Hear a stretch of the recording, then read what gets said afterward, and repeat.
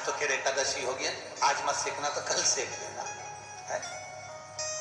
कोई आटा सेक कर शक्कर मिलाकर पंजेरी बनाना, दूध दही शहद शक्कर मिलाकर पंचामृत बनाना, एक पंजेरी और पंचामृत सत्यनारायण भगवान के सामने रख देना, एक पंजेरी और पंचामृत शंकर जी के सामने रख देना, एक पंजेरी पंचामृत किसी भगवान के सामने रख देना, एक पंजेरी पंचामृत किसी भगवान के सामने रख देना और एक पंजेरी पंचामृत फ्रिज के ऊपर रख देना, एक पंजेरी पंचामृत कहीं रसोई घर में पड़े रहने देना, अलमारी पे रखे रहने देना, उसको भगवान के सामने मत ले जाना। तो तुम देखोगे कि जो भगवान के सामने, सत्यनारायण के सामने, शंकर जी के सामने, तुम्हारे भगवान के सामने जो तुमने पंजेरी और परसामत पंचामृत जो बनाया है उसको खाकर देखना, उसमें स्वाद बढ़ जाएगा।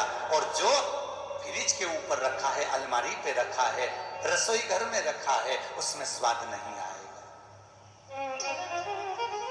जितने इस टीवी के माध्यम से कथा को सुन रहे हैं, फेसबुक यूट्यूब से जितने लोग इस कथा को सुन रहे हैं, एक बार प्रैक्टिकल जरूर कर कर देखना। एक राम भाजी मतलब मिक्स वेज सब्जी, अन्नकूट की सब्जी, मिक्स वेज सब्जी, राम भाजी एक बार तुम बनाना और एक बार राम भाजी मिक्स वेज सब्जी अन्नकूट की किसी भगवान को भोग लगाकर खाना, दोनों में अंतर मिलेगा। जो भगवान के सामने मिक्स वेज सब्जी का भोग लगाया है, राम भाजी का भोग लगाया है, भगवान के सामने जो सब्जी तुमने अन्नकूट की रखी है उसमें स्वाद आ जाएगा। भले नमक नहीं हो, भले उसमें मिर्ची ना हो, भले उसमें कुछ डला ना हो, उसमें भले ग्रेवी ना हो, उसमें भले दाना सिंगदाना तिल्ली कुछ भी नहीं हो, उसमें भले कुछ ना डला हो तो भी स्वाद आए। और एक तुम बना बना कर थक जाओ तो भी स्वाद नहीं आएगा, क्योंकि वो भगवान के लिए नहीं बनी, वो भगवान के भंडारे की सब्जी, कद्दू की, काशी फल की, भंडारे की। नवरात्रि में कितने भंडारे होते हैं, गणेश जी के समय पे कितने भंडारे होते हैं, कोई गुरु जी के यहाँ फंक्शन हो, किसी के यहाँ कार्यक्रम हो तो भंडारे कितने होते हैं। कहीं मंदिर चले जाओ, गोवर्धननाथ जी की परिक्रमा चले जाओ, काशी चले जाओ, महाकाल चले जाओ, कोई सोमती अमावस्या वगैरह का किसी के यहाँ भंडारा चल रहा हो, टेबल पे कोई पूरी सब्जी दे रहा हो, उसको खा के देखना, स्वाद आएगा। अपने साथ में जो टिफिन लेकर आए उसमें स्वाद नहीं आएगा, जो वहां का प्रसाद में स्वाद है उसमें स्वाद बढ़ेगा। क्योंकि भगवान के सम्मुख में जो आ गया, भगवान के सामने जो पहुंच गया, उसमें स्वाद बढ़ गया, उसमें स्वाद बढ़ा।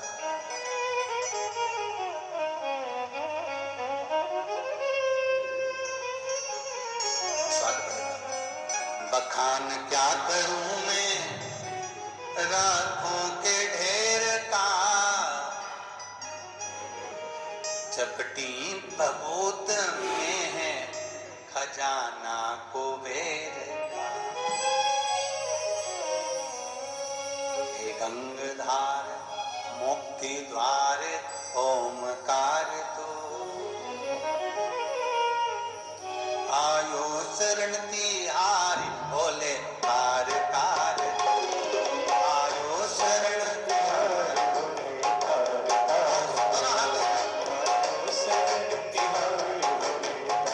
कार तो, कैलाश के निवासी नमो बार बार, नमो बार बार, आयो शरण तिहारी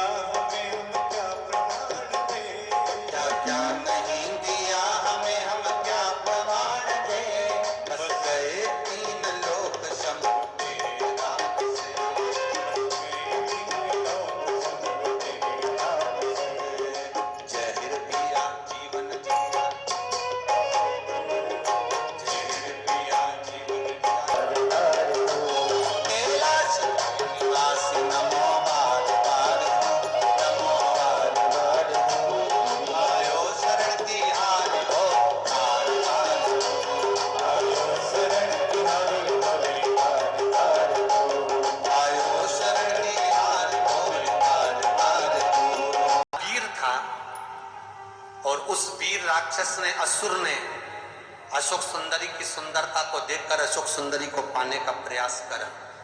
जिस समय पर माता अशोक सुंदरी भगवान गणेश और कार्तिकेय के साथ में भ्रमण कर रही थी, बगीचे में घूम रही थी, हुंड राक्षस ने अशोक सुंदरी को ले जाना चाहा। तब भगवान गणेश के साथ में हुंड राक्षस का युद्ध हुआ, पर हुंड राक्षस का युद्ध तो हुआ पर गणेश जी से जीत नहीं पाए।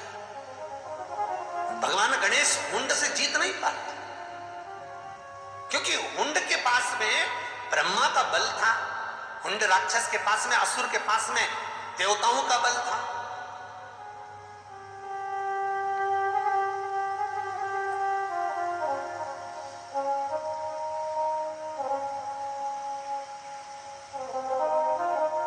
इस हुंड को गणेश जी नहीं मार पाए।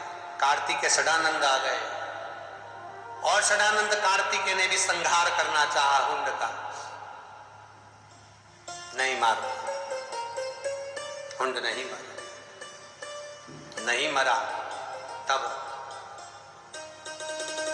माता अशोक सुंदरी ने देखा कि ये मेरे भाइयों को कष्ट दे रहा। अशोक सुंदरी स्वतः स्वयं का कष्ट नहीं, मेरे भाइयों को कष्ट दे रहा।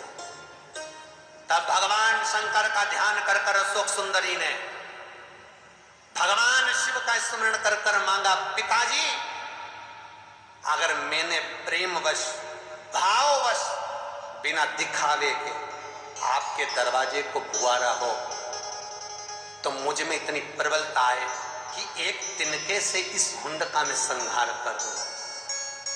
जिस कचरे को, जिस कांटे को माता अशोक सुंदरी ने, शंकर भगवान की पुत्री अशोक सुंदरी ने बुआरा था, उस कचरे के ढेर में से तिनके को उठाकर फेंक दिया और हुंड राक्षस का, असुर का संहार कर दिया। कितनी सुंदर चरित्र है शिव महापुराण का, शायद जिंदगी में श्रवण करने को मिले ना मिले, पर राव परिवार द्वारा जो कथा हो रही इसमें अच्छे से सुन लो शंकर के इस परिवार की कथा। इस चरित्र को बड़ा ध्यान से सुनना कि अशोक सुंदरी ने कचरे के ढेर में से एक उठाकर हुंड राक्षस का संहार कर दिया। शिव महापुराण की कथा कहती है शंकर के मंदिर में जल चढ़ाओ वो एक अलग बात है, बेलपत्री चढ़ाओ अलग बात है, दूध चढ़ाओ अलग बात है, पर शिव महापुराण की कथा कहती है किसी शंकर मंदिर में जाकर अगर पानी से केवल मंदिर को धो दिया, धो भी नहीं सकते तो बुआरी लगा दी, बुआरी नहीं लगाते तो एक कचड़े से साफ कर कर कचरे के ढेर को ले जाकर बाहर पटक दिया, पीछे की ओर डाल दिया, कहीं एक और पटक दिया, मंदिर को स्वच्छ कर दिया। तो याद रख लेना, जैसे अशोक सुंदरी ने हुंड राक्षस का संहार करा, आप भी अपनी जिंदगी में, आप अपनी जिंदगी में दुख तकलीफ कष्ट का संहार कर सकते हो। दुख तकलीफ कष्ट का निवारण कर सकते हो। शंकर के मंदिर में जल चढ़ा रहे हो अपनी जगह पर, बेलपत्र चढ़ा रहे हो अपनी जगह। सावन महीने में पानी बाहर गिरता है, लोग मंदिर जाते हैं, जगह जगह कीचड़ हो जाता है। अगर आप मंदिर में गए हो तो एक कपड़ा साथ में ले जाओ, उसको पोंछकर धोकर फिर कहीं लेके चले जाना, क्या दिक्कत है। मंदिर को स्वच्छ रखना, भगवान जहां निवास कर रहे हैं वहां स्वच्छता का